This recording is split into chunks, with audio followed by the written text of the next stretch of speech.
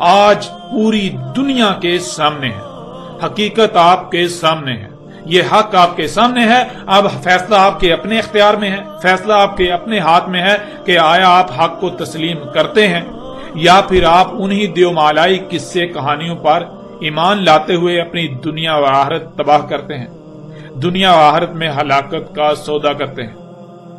اور پھر یہ بھی جان لیں کہ اگر آج آپ اس حق کو تسلیم کر کے اس پر عمل نہیں کرتے تو ان قریب آپ کے ساتھ وہ ہونے والا ہے جو آل فرعون سمیت گزشتہ ہلاک شدہ اقوام کے ساتھ ہوا۔ یہ عذاب آپ کے سر پر کھڑا ہے۔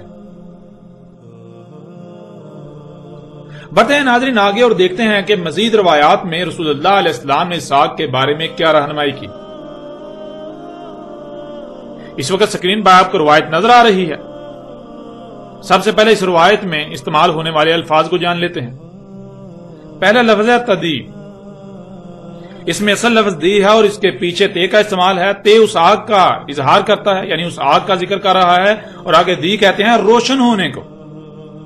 تدی کے معنی بنتے ہیں اس آگ سے روشن ہونا، اس آگ سے روشنی ہونا۔ اگلا لفظ ہے اناق، جو کہ جمع کا صیغہ ہے اور اس کا واحد ہے انک، اور انک کہتے ہیں ایسی شے کو جو شروع سے تنگ ہو، جیسے جیسے آگے بڑھے تو کھلتی جائے، یعنی پھیلتی جائے۔ جیسے کوئی بوتل ہوتی ہے جس کا اگلا حصہ جو ہے وہ سکڑا ہوا ہوتا ہے اور جیسے سے آگے بڑھے تو وہ کھلتی پھیلتی جاتی ہے، یا جیسے سراہی ہوتی ہے۔ یہی خصوصیت بہت سے جانداروں اور انسان کے جسم کے ایک عضو میں پائی جاتی ہے جسے گردن کہتے ہیں۔ اگلا لفظ ہے ابل۔ ابل کہتے ہیں ایسی سواریوں کو جو وزن اٹھا کر مشکل رستوں جیسے صحراؤں وغیرہ میں لمبے فاصلے طے کرنے کی صلاحیت رکھتی ہوں۔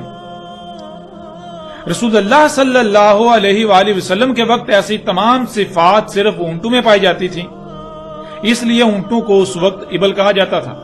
ویسے اونٹ کو عربی میں جمل کہتے ہیں۔ اگلا لفظ ہے بصرہ، جس کے معنی ہے دیکھنے کی صلاحیت۔ بصر کہتے ہیں دیکھنے کی صلاحیت کو، دیکھنے کو۔ رسول اللہ صلی اللہ علیہ وآلہ وسلم نے کہا نہیں قائم ہوگی ساتھ حتیٰ کہ نکالی جائے گی آگ ارض حجاز سے، حجاز کی زمین سے۔ اس آگ سے روشن ہوں گی اناق الابل، یعنی بوجھ اٹھا کر لمبے فاصلے طے کرنے والی سواریاں روشن کریں گی کہ وہ روشنی جس مقام سے پیدا ہوگی وہاں سے سکڑی ہوگی، لیکن جیسے جیسے آگے بڑھے گی تو پھیلتی جائے گی جیسے سراہی ہوتی ہے۔ دیکھنے سے، یعنی اس روشنی سے دیکھنے کی صلاحیت پیدا ہوگی۔ ناظرین آج آپ دیکھ سکتے ہیں کہ ایسی سواریاں وہ ٹرک وغیرہ ہیں جو راتوں کو سفر کرتے ہیں۔